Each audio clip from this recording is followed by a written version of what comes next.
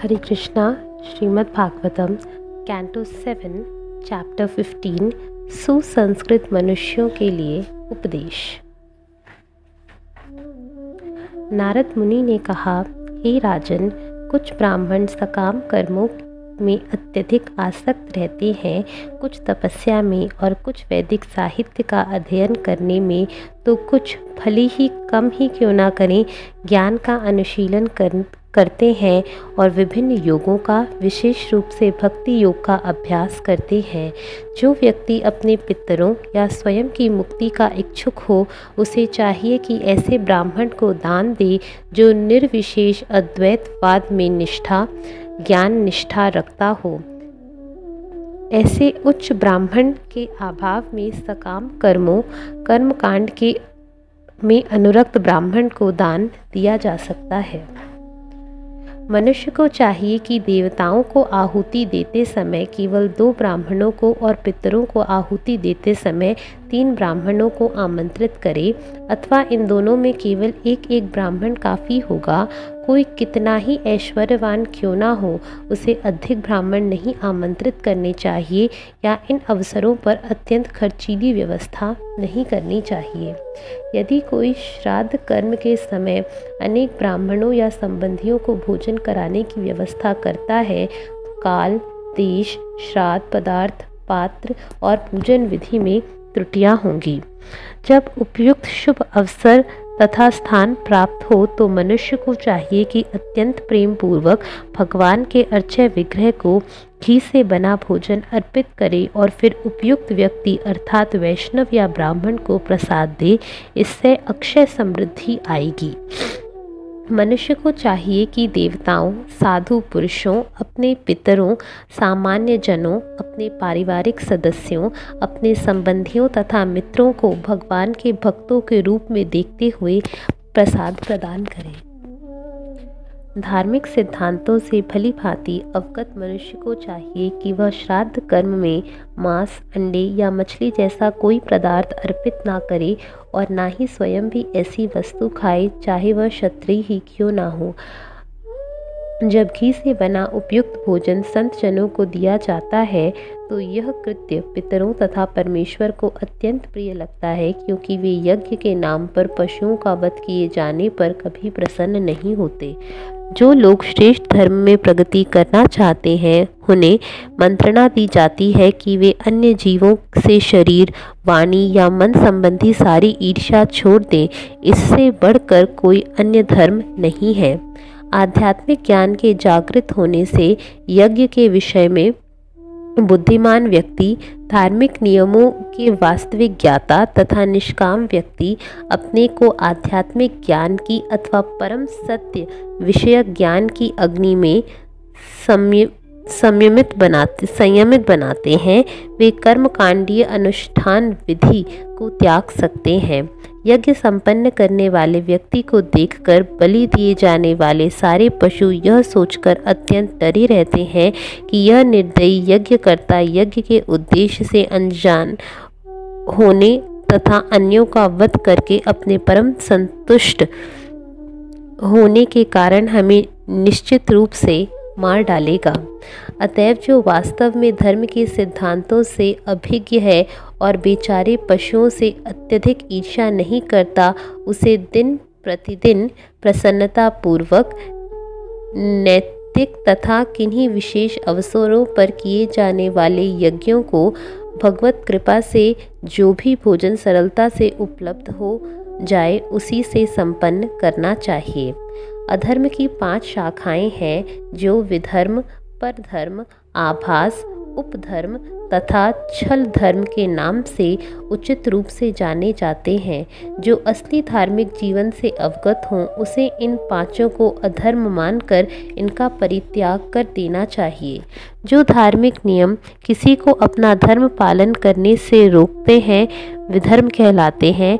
अन्यों द्वारा चालू किए गए धार्मिक नियम पर धर्म कहलाते हैं।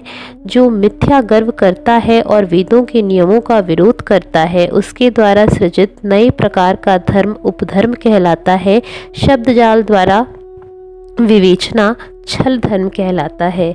ऐसी कोई भी बनावटी धार्मिक प्रणाली जो ऐसे व्यक्ति द्वारा बनाई गई हो जो जानबूझकर अपने आश्रम के नियम कर्तव्यों की उपेक्षा करता है, आभास कहलाती है। किंतु यदि कोई अपने किसी आश्रम विशेष या वर्ण के अनुसार अपने नित्य कर्तव्य करता है तो फिर वे सारे भौतिक क्लेशों को भोगने के लिए पर्याप्त क्यों नहीं है, क्लेशों को भगाने के लिए पर्याप्त क्यों नहीं है। निर्धन होकर भी मनुष्य को अपने शरीर निर्वाह के लिए या विख्यात धर्मज्ञ बनने के लिए अपनी आर्थिक दशा सुधारने का प्रयास नहीं करना चाहिए। जिस प्रकार एक अजगर एक ही स्थान पर पड़ा रहकर तथा अपनी जीविका के लिए कोई प्रयास ना करते हुए भी शरीर निर्वाह के लिए भोजन प्राप्त कर लेता है, उसी प्रकार निष्काम व्यक्ति बिना किसी चेष्टा के अपनी जीविका कमा लेता है। जो आत्मतुष्ट है और अपने कर्मों को प्रत्येक हृदय में निवास करने वाले पूर्ण पुरुषोत्तम भगवान से जोड़ता है, वह अपनी जीविका के लिए चेष्टा किए बिना दिव्य सुख भोगता है। भला उस भौतिकतावादी के लिए ऐसा सुख कहाँ जो विषय तथा लोभ से प्रेरित रहता है और जो धन जोड़ने की इच्छा से सभी दिशाओं में भटकता रहता है। जिसके पांवों में सही जूते हों, उसे कंकड़ पत्थरों तथा कांटों पर चलने में कोई भय नहीं लगता, उसके लिए सभी कुछ कल्याण में शुभ है। इसी प्रकार जो सदैव आत्मतुष्ट रहता है, उसे दुख नहीं सताते, वह सर्वत्र सुख का अनुभव करता है। हे राजन, आत्मतुष्ट व्यक्ति केवल जल पीकर भी सुखी रह सकता है, किंतु जो व्यक्ति इंद्रियों द्वारा चालित है, विशेष रूप से जो जीभ और जनेंद्रियों के वश में होता है, उसे अपनी इंद्रियों की तुष्टि के लिए घरेलू कुत्ते का पद स्वीकार करना पड़ता है। भक्त या ब्राह्मण जो आत्मतुष्ट नहीं होता, उसका आध्यात्मिक ज्ञान, विद्या, तपस्या तथा कीर्ति उसकी इंद्रिय लोलुपता के कारण क्षीण हो जाते हैं और उसका ज्ञान शनै शनै लुप्त हो जाता है। भूख या प्यास से पीड़ित मनुष्य की प्रबल शारीरिक इच्छाएं तथा आवश्यकताएं भोजन करने लेने के बाद निश्चित रूप से तुष्ट हो जाती हैं। इसी प्रकार यदि कोई क्रोध करता है तो प्रताड़ना तथा उसके फल द्वारा क्रोध तुष्ट हो जाता है। लेकिन जहाँ तक लालच की बात है, यदि लालची व्यक्ति संसार की सारी दिशाओं को जीत ले या संसार की प्रत्येक वस्तु का भोग कर ले तो भी वह तुष्ट नहीं होगा। हे राजा युधिष्ठिर, अनेक अनुभवी व्यक्ति, अनेक विधि सलाहकार, अनेक विद्वान तथा विद्वस्ता भावों के सभापति बनने योग्य अनेक व्यक्ति अपने अपने पदों से संतुष्ट न होने के कारण नारकीय जीवन में जा गिरते हैं। संकल्प पूर्वक योजनाएं बनाकर मनुष्य को इंद्रिय तृप्ति की कामपूर्ण इच्छाएं त्याग देनी चाहिए। इस प्रकार ईर्ष्या त्याग कर क्रोध पर विजय प्राप्त करनी चाहिए। धन संग्रह करने के दोषों पर विचार विमर्श करके लोभ का परित्याग करना चाहिए और सत्य की विवेचना करके भय का त्याग करना चाहिए। आध्यात्मिक ज्ञान के विवेचन से शोक तथा मोह पर विजय प्राप्त की जा सकती है। महान भक्त की सेवा करके अहंकार रहित बना जा सकता है। मौन रहकर योग मार्ग के अवरोधों से बचा जा सकता है और इंद्रिय तृप्ति को रोक देने से ही ईर्ष्या पर विजय पाई जा सकती है। मनुष्य को चाहिए कि अन्य जीवों के कारण होने वाले दुखों का प्रतिकार अच्छे आचरण, सदाचार तथा ईर्ष्या से रहित होकर करे। भाग्य द्वारा प्रदत्त कष्टों का सामना समाधि में ध्यान करके करे और शरीर तथा मन से उत्पन्न दुखों का प्रतिकार हठ योग, प्राणायाम आदि के अभ्यास द्वारा करे। इसी प्रकार विशेष रूप से सतोगुण का विकास करके खाने के मामले में निद्रा पर विजय पाई जाए। मनुष्य को सतोगुण विकसित करके रजोगुण तथा तमोगुण को जीतना चाहिए और तब शुद्ध सत्व के पद तक उठकर सतोगुण से विरक्त हो लेना चाहिए। यदि कोई श्रद्धा तथा भक्ति पूर्वक गुरु की सेवा में लगा रहे तो यह सब कुछ स्वतः हो सकता है। इस प्रकार प्रकृति के गुणों के प्रभाव पर विजय पाई जा सकती है। गुरु को साक्षात परमेश्वर मानना चाहिए, क्योंकि वह प्रबोधन, साक्षात्कार के लिए दिव्य ज्ञान प्रदान करता है। फलस्वरूप जो यह भौतिक धारणा रखता है कि गुरु सामान्य मनुष्य होता है, उसके लिए हर वस्तु निराशाजनक रहती है। उसका प्रकाश, उसका वैदिक अध्ययन तथा ज्ञान झील में हाथी के स्नान के समान होता है। पूर्ण पुरुषोत्तम भगवान कृष्ण अन्य समस्त जीवों के तथा भौतिक प्रकृति के स्वामी हैं। व्यास जैसे महर्षि उनके चरण कमलों की चेष्टा करते और उन्हें पूजते हैं, तो भी कुछ ऐसे मूर्ख हैं जो श्री कृष्ण को सामान्य मनुष्य मानते हैं। अनुष्ठान, कर्मकांड, विधि विधान, तपस्या तथा योगाभ्यास ये सभी इंद्रियों तथा मन को वश में करने के निमित्त हैं, किंतु इंद्रियों तथा मन को वश में कर लेने के बाद भी यदि वह परमेश्वर का ध्यान नहीं करता तो ये सारे कार्यकलाप श्रम के अपव्यय मात्र हैं। जिस तरह व्यावसायिक कार्यकलाप या व्यापार के लाभ किसी की आध्यात्मिक उन्नति में सहायक नहीं बन सकते, अपितु वे भौतिक बंधन के कारण बन जाते हैं, उसी तरह वैदिक कर्मकांड ऐसे किसी व्यक्ति की सहायता नहीं कर सकते जो पूर्ण पुरुषोत्तम भगवान का भक्त नहीं है। जो मन पर विजय पाने का इच्छुक हो, उसे अपने परिवार का साथ छोड़ते हुए दूषित संगति से मुक्त होकर एकांत स्थान में रहना चाहिए। अपने शरीर के पोषण के लिए उसे उतना ही मांगना चाहिए जितने से जीवन की न्यूनतम आवश्यकताएं पूरी हो जाएं। हे राजन, योग संपन्न करने के लिए किसी पवित्र तथा पुण्य तीर्थ स्थल में किसी एक स्थान को चुने। यह स्थान समतल हो, ना तो अधिक ऊंचा और ना नीचा।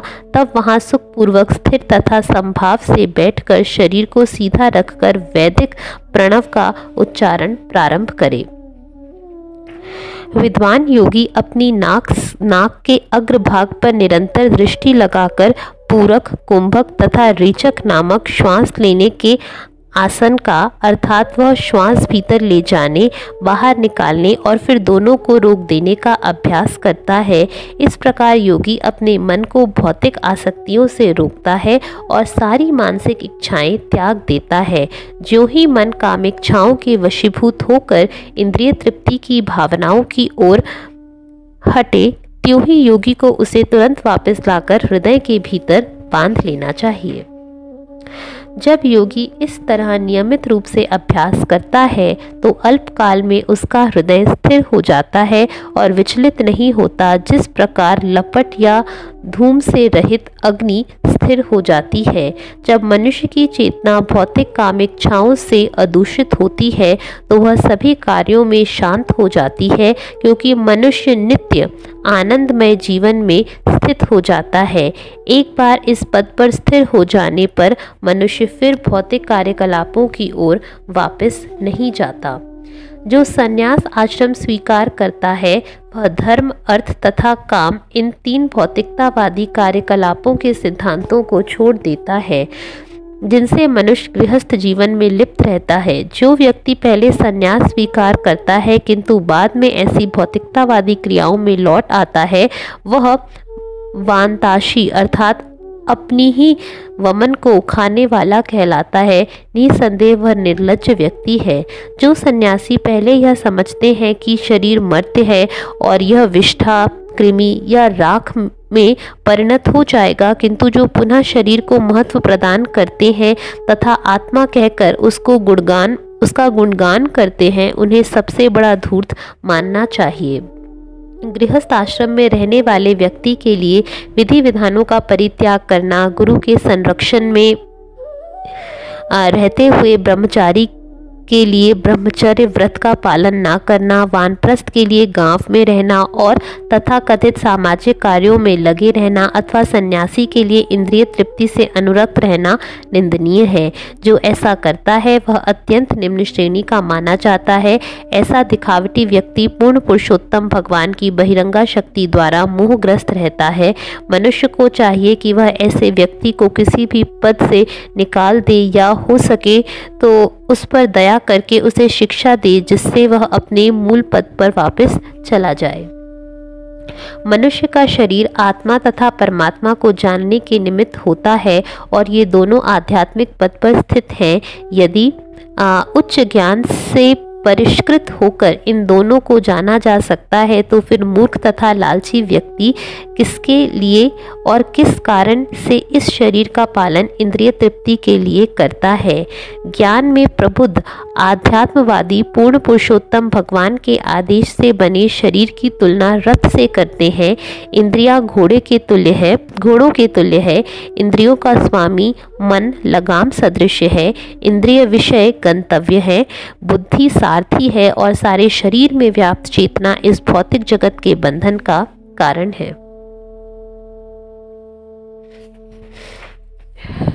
शरीर के भीतर कार्यशील 10 प्रकार की वायुओं की तुलना रथ के पहिए के अरों तिलियों से की गई है और इस पहिए के ऊपरी तथा निचले भाग धर्म तथा अधर्म कहलाते हैं।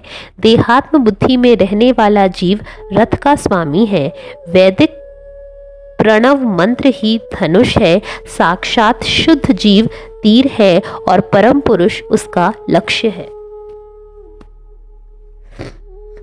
बद्ध अवस्था में मनुष्य की जीवन संबंधी अवधारणाएं कभी कभी कामिच्छा तथा अज्ञान रजो तथा तमो गुण के कारण दूषित हो जाती है, जो आसक्ति, शत्रुता, लोभ, शोक, मोह, भय, मद, झूठी प्रतिष्ठा, अपमान, दोषान्वेषण, छलावा, ईर्ष्या, असहिष्णुता, कामेच्छा, मोह, भूख तथा निद्रा के रूप में प्रकट होती है।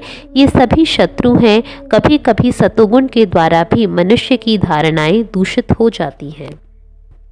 जब तक मनुष्य को इस शरीर को इसके भिन्न अंगों तथा साज सामान सहित जो पूर्णतया अपने वश में नहीं है स्वीकार करना है, तब तक उसे अपने श्रेष्ठ जनों, अपने गुरु तथा गुरु के पूर्ववर्ती आचार्यों के चरण कमलों को धारण करना चाहिए। उनकी कृपा से वह ज्ञान की तलवार को तेज कर सकता है और भगवत कृपा के बल पर तब वह उपर्युक्त शत्रुओं को पराजित कर सकता है। इस प्रकार भक्त को अपने ही दिव्य आनंद में लीन रहने में समर्थ होना चाहिए और तब वह अपना शरीर त्याग कर अपनी आध्यात्मिक पहचान फिर से पा सकता है। अन्यथा यदि मनुष्य अच्युत कृष्ण तथा बलदेव की शरण ग्रहण नहीं कर लेता, तो इंद्रियां रूपी घोड़े तथा बुद्धि रूपी सारथी दोनों ही भौतिक कलमश के प्रति उन्मुख होने से अनजाने ही शरीर रूपी रथ को इंद्रिय तृप्ति के मार्ग पर ला खड़ा करते हैं। इस प्रकार जब विषय के धूर्त खाना, सोना तथा मैथुन के द्वारा वह आकृष्ट होता है, तो घोड़े तथा सारथी संसार के अंधकूप में गिरा दिए जाते हैं और मनुष्य पुनः जन्म मृत्यु की घातक तथा अत्यंत भयावह स्थिति में आ पड़ता है। वेदों के अनुसार प्रवृत्ति तथा निवृत्ति 2 प्रकार के कार्यकलाप होते हैं। प्रवृत्ति कार्यों का अर्थ है अपने को भौतिकतावादी जीवन की निम्नतर अवस्था से उच्चतर अवस्था तक उठाना, जबकि निवृत्ति का अर्थ है भौतिक इच्छा का अंत। प्रकृति कार्यों से मनुष्य भौतिक बंधन में कष्ट उठाता है, किंतु निवृत्ति कार्यों में वह शुद्ध हो जाता है और नित्य आनंदमय जीवन को भोगने योग्य बनता है। अग्निहोत्र यज्ञ, दर्श यज्ञ, पूर्णमास यज्ञ, चातुर्मास यज्ञ, पशु यज्ञ तथा सोम यज्ञ नामक सारे अनुष्ठानों तथा यज्ञों की विशेषता पशुओं का वध करना तथा अनेक मूल्यवान पदार्थों को विशेष रूप से अन्नों को जलाना है। ये सब भौतिक इच्छाओं की पूर्ति के लिए संपन्न किए जाते हैं तथा ये चिंता, अशांति उत्पन्न करते हैं। ऐसे यज्ञ करना, वैश्वदेव का पूजन तथा बलिहरण उत्सव संपन्न करना, जो सभी संभवतः जीवन लक्ष्य माने जाते हैं, तथा देवताओं के लिए मंदिर बनवाना, विश्राम गृह तथा बागीचे बनवाना, जल वितरण के लिए कुएं खुदवाना, भोजन वितरण के लिए केंद्रों की स्थापना करना तथा जन कल्याण के लिए कार्य करना, ये सब लक्षण भौतिक इच्छाओं के प्रति आसक्ति से अभिव्यक्त होते हैं। हे राजा युधिष्ठिर, जब यज्ञ में घी, अन्न यथा जौ एवं तिल की आहुतियाँ दी जाती हैं, तो वे दिव्य धुएं में परिणत हो जाती हैं, जो मनुष्य को क्रमशः उच्च से उच्चतर लोकों को या धूम रात्रि, कृष्ण पक्ष, दक्षिणम तथा अंत में चंद्रलोक को ले जाता है, किंतु यज्ञकर्ता फिर पृथ्वी पर उतरकर औषधियाँ, लताएं, वनस्पतियाँ तथा अन्न बन जाते हैं। तब वे विभिन्न जीवों द्वारा खाए जाते हैं और वीर्य से परिणत होते हैं, जिसे मादा शरीर में प्रविष्ट किया जाता है। इस प्रकार मनुष्य पुनः पुनः जन्म लेता रहता है। द्विजन्मा ब्राह्मण को गर्भाधान संस्कार के द्वारा अपने माता पिता की अनुकंपा से अपना जीवत्व प्राप्त होता है। जीवन के अंत में अंत्येष्टि क्रिया संपन्न की जाती है और जब तक अन्य संस्कार भी संपन्न किए जाते हैं। यह इस तरह योग्य ब्राह्मण को कुछ समय के बाद भौतिकतावादी कार्यों तथा यज्ञों में अरुचि हो जाती है, किंतु वह इंद्रिय यज्ञों को पूर्ण ज्ञान के साथ कर्म इंद्रियों को अर्पित कर देता है, जो ज्ञान की अग्नि से प्रकाशित रहती है। मन स्वीकृति तथा अस्वीकृति की तरंगों से सदैव विशुद्ध रहता है। अतएव इंद्रियों के सारे कार्यकलाप मन को अर्पित कर देना चाहिए और मन को अपने शब्दों में अर्पित कर देना चाहिए। फिर इन शब्दों को समस्त वर्णों के समूह में अर्पित करना चाहिए, जिसे ओंकार के संक्षिप्त रूप को अर्पित कर दिया जाना चाहिए। ओंकार को बिंदु में, बिंदु को नाद में और उस नाद को प्राणवायु में समर्पित करना चाहिए। जो शेष रूप में जीव बचे उसे परम ब्रह्म में स्थापित करें। यही यज्ञ की विधि है। ऊपर जाते हुए जीव अग्नि, सूर्य, दिन, सायं, शुक्ल पक्ष, पूर्ण चंद्रमा तथा सूर्य के उत्तर दिशा जाने की अवधि एवं इनके अनुष्ठाता देवताओं के विभिन्न लोकों में प्रवेश करता है। जब वह ब्रह्मलोक में प्रविष्ट होता है तो वहां लाखों वर्षों तक जीवन भोग करने के बाद अंत में उसकी भौतिक उपाधि समाप्त हो जाती है। तब वह सूक्ष्म उपाधि प्राप्त करता है, जिससे उसे कारण रूप उपाधि प्राप्त होती है, जो समस्त पूर्ववर्ती अवस्थाओं की साक्षी होती है। इस अवस्था के विनष्ट होने पर उसे शुद्ध अवस्था प्राप्त होती है, जिसमें वह परमात्मा के साथ अपनी पहचान करता है। इस प्रकार से जीव दिव्य बन जाता है। आत्म साक्षात्कार तक उठने की यह प्रक्रिया, यह क्रमिक विधि उन लोगों के लिए है जो सचमुच परम सत्य से अवगत हैं। देवयान नामक इस मार्ग पर बारंबार जन्म लेने से ये क्रमिक अवस्थाएं प्राप्त होती हैं, जो आत्मा में स्थित हैं और समस्त भौतिक इच्छाओं से पूर्णतया मुक्त है। उसे उस बारंबार जन्म मृत्यु के मार्ग से गुजरने की आवश्यकता नहीं रह जाती। इस भौतिक शरीर में स्थिर रहते हुए भी जो पितृयान तथा देवयान मार्गों से पूर्णतया अवगत रहता है और जिसकी आंखें वैदिक ज्ञान की दृष्टि से इस प्रकार खुली रहती हैं, वह भौतिक जगत में कभी मोहग्रस्त नहीं होता। जो भीतर और बाहर सभी वस्तुओं तथा जीवों के प्रारंभ तथा अंत में भोग्य तथा भोक्ता के रूप में, उच्च तथा नीच के रूप में विद्यमान है, वह परम सत्य है। वह सदैव ज्ञान तथा ज्ञेय, अभिव्यक्ति तथा अभिज्ञेय, अंधकार तथा प्रकाश के रूप में रहता है। इस तरह वे परमेश्वर सर्वस्व है। दर्पण से प्राप्त सूर्य के प्रतिबिंब को मिथ्या माना जा सकता है, किंतु इसका वास्तविक अस्तित्व तो होता ही है। उसी प्रकार से कल्पना ज्ञान द्वारा यह सिद्ध करना कि तत्व का कोई अस्तित्व नहीं होता, अत्यंत कठिन होगा। इस जगत में 5 तत्व हैं, पृथ्वी, जल, अग्नि, वायु तथा आकाश, किंतु शरीर ना तो उनका प्रतिबिंब है, ना उनका संयोग या उनका रूपांतरण, चूंकि शरीर तथा इसके अवयव ना तो पृथक पृथक हैं, ना मिश्रित। अतएव ऐसे सारे सिद्धांत निराधार हैं। चूंकि शरीर 5 तत्वों से बना है, अतएव यह सूक्ष्म इंद्रिय विषयों के बिना अस्तित्व में नहीं रह सकता। चूंकि शरीर मिथ्या है, अतएव इंद्रिय विषय भी स्वभावतः मिथ्या या क्षणिक हैं। जब किसी वस्तु को उसके अंशों से पृथक कर दिया जाता है तो इनमें समानता, सादृश्य मानना भ्रम, मोह कहलाता है। स्वप्न देखते समय मनुष्य जागते तथा सोने की स्थितियों में अंतर उत्पन्न कर देता है। ऐसी मानसिक अवस्था में शास्त्रों के विधानों को, जो आदेशों तथा निषेधों के रूप में होते हैं, संस्तुति की गई है। भाव क्रिया तथा द्रव्य की अद्वैतता पर विचार करने के बाद तथा आत्मा को समस्त कार्य कारणों से पृथक मानते हुए मुनि अपनी ही अनुभूति से जागृत, स्वप्न तथा सुषुप्ति इन 3 अवस्थाओं को त्याग देता है। जब मनुष्य यह समझता है कि फल तथा कारण एक हैं और द्वैत अंततः इस विचार की भांति अवास्तविक है कि वस्त्र के धागे वस्त्र से भिन्न है, तो इस एकत्व की अवधारणा को प्राप्त होता है जिसे भावाद्वैत कहते हैं। हे युधिष्ठिर, पार्थ, जब मनुष्य के मन, वाणी तथा शरीर द्वारा किए गए सारे कार्य साक्षात पूर्ण पुरुषोत्तम भगवान की सेवा में समर्पित किए जाते हैं तो उसे कर्मों का एकत्व प्राप्त होता है जिसे क्रियाद्वैत कहा गया है। जब किसी मनुष्य का चरम लक्ष्य अपना तथा अपनी पत्नी का, अपने संतानों का, अपने संबंधियों का तथा अन्य समस्त देहधारियों का स्वार्थ एक ही हो तो यह द्रव्यद्वैत कहलाता है। हे राजा युधिष्ठिर, संकट न रहने पर सामान्य परिस्थितियों में मनुष्य को चाहिए कि वह अपने जीवन स्तर के अनुसार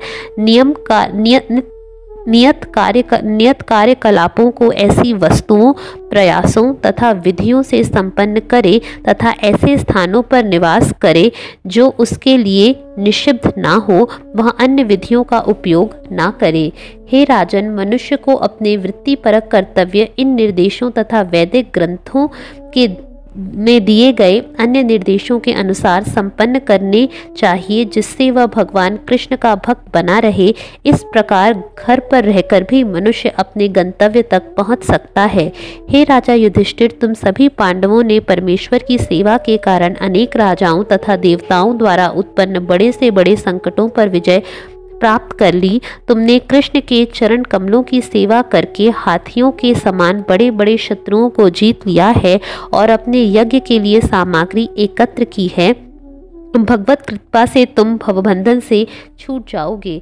बहुत समय पूर्व एक अन्य महाकल्प ब्रह्मा का युग में मैं उपबरण नामक गंधर्व के रूप में था। अन्य गंधर्वों में मेरा अत्यधिक सम्मान था। मेरा मुखमंडल सुंदर तथा मेरी शारीरिक संरचना आकर्षक तथा सुहावनी थी। फूल के हारों से तथा चंदन लेप से अलंकृत होने में मैं अपने नगर की स्त्रियों को अत्यंत मोहक लगता था। इस तरह मैं मोहग्रस्त तथा विषय वासनाओं में सदैव पूर्ण रहता था। एक बार देवताओं की सभा में परमेश्वर की महिमा के गायन के लिए एक संकीर्तन किया गया जिसमें गंधर्वों तथा अप्सराओं को भाग लेने के लिए प्रजापतियों ने आमंत्रित किया। नारद मुनि ने आगे कहा, उत्सव में बुलाए जाने पर मैं भी वहां गया। स्त्रियों से घिर कर मैंने देवताओं की महिमा का संगीतात्मक गायन प्रारंभ किया। इसके कारण प्रजापतियों ने मुझे इन शब्दों में बलात् शाप दे डाला, चूंकि तुमने अपराध किया है अतएव तुम तुरंत सौंदर्य से विहीन शूद्र बन जाओ। यद्यपि मैंने एक दासी के गर्भ से शूद्र के रूप में जन्म लिया, किंतु मैं वैदिक ज्ञान में पारंगत वैष्णवों की सेवा में लग गया। फलस्वरूप इस जीवन में मुझे ब्रह्मा जी के पुत्र के रूप में जन्म लेने का सौभाग्य हुआ।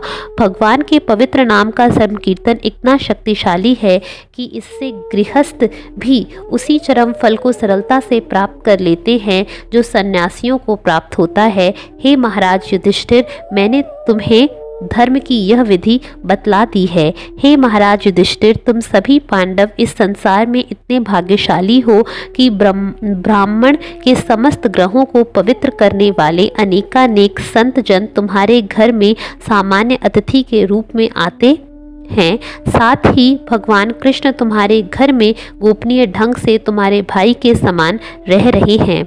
यह कितना आश्चर्यजनक है कि वे परब्रह्म कृष्ण, जिन्हें बड़े बड़े मुनि अपनी मुक्ति तथा शाश्वत आनंद प्राप्ति के लिए ढूंढते रहते हैं, तुम्हारे श्रेष्ठ शुभचिंतक मित्र, मेरे भाई, आत्मा, पूज्य निर्देशक तथा गुरु की भांति कार्य कर रहे हैं।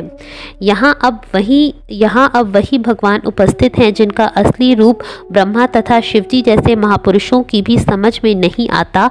उनके भक्त अपने निष्ठापूर्ण आत्मसमर्पण द्वारा उनका साक्षात्कार करते हैं। ऐसे भगवान जो अपने भक्तों से पालन करता है और जिनकी पूजा, मौन, भक्ति तथा भौतिक कार्यों के उपशम द्वारा की जाती है, हम पर प्रसन्न हो। श्री सुखदेव गोस्वामी ने कहा, श्रेष्ठ भरतवंशी युधिष्ठिर ने नारद मुनि के वर्णन से सब कुछ जान लिया। उन उपदेशों को सुनने के बाद उन्हें अपने हृदय में अत्यंत आनंद का अनुभव हुआ और उन्होंने अत्यंत प्रेम विह्वल होकर भगवान कृष्ण की पूजा की। कृष्ण तथा महाराज युधिष्ठिर द्वारा पूजे जाकर नारद मुनि उनसे विदा लेकर चले गए। युधिष्ठिर महाराज अपने ममेरे भाई कृष्ण को पूर्ण पुरुषोत्तम भगवान के रूप में सुनकर अत्यधिक चकित हुए। इस ब्रह्मांड के भीतर समस्त लोकों के सारे जड़ तथा चेतन प्राणी, जिनमें देवता, असुर तथा मनुष्य सम्मिलित हैं, महाराज दक्ष की पुत्रियों से उत्पन्न हैं। इस तरह मैंने इन सबों का तथा उनके विभिन्न वंशों का वर्णन कर दिया है। हरे कृष्णा।